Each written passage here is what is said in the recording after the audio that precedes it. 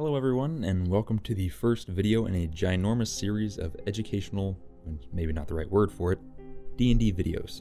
I do not have a list of credits to identify myself with, but believe I come from a relatable place. I'm 19 years old, I've been playing D&D for about 5 years, and DMing for about 3 years off and on. When I play D&D, I get lost in not only the social aspect, but the possibilities of the story. To me, it is some of the greatest therapy available with the right group of people, and I love to tell stories, and I love to play games. That's personally why I roll dice. In the first video here, we will be covering cursed items, not in the sense of the things that you can find in the DM's guide, although the same theory can be applied, but more so the traditional idea of a cursed item, something you cannot remove or get rid of, something that haunts your character. When used uninspired, cursed items can be a blatantly bad character experience. When you assign one to a character or make it a consequence, you remove part of that player's agency. Let me paint a picture here. Your party has just arrived at the final room in a dreary, musky dungeon. Your hit points are low, your spell pool is low, and you can count your heal spells on a one-finger hand.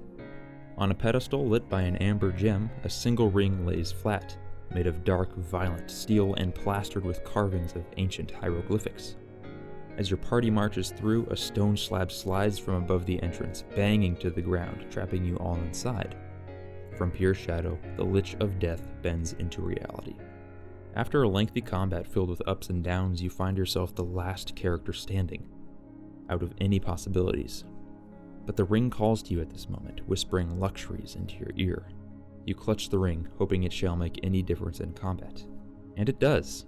A newfound energy allows you to strike the Lich with unseen power. When you return outside, you cannot remove it, and every so often you are forced to make a saving throw to resist its mind-altering temptations. This item has incredible amounts of potential. As a DM, your character's just finished a multi-session adventure, and now where do you go?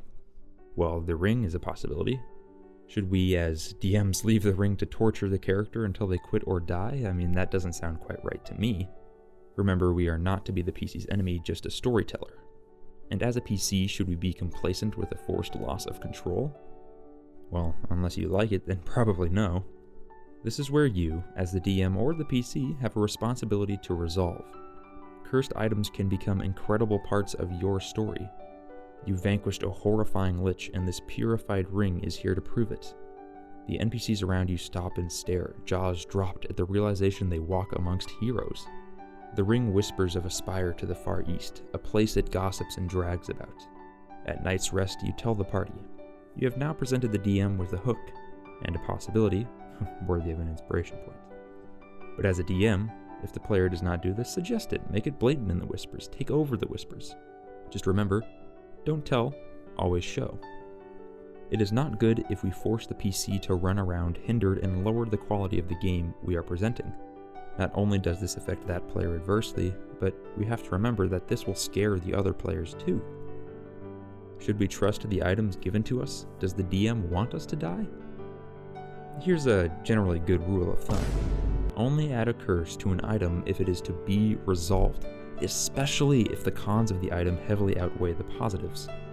I hope what I said gives you some inspiration or allows you to resolve something in your own campaign or PC experience.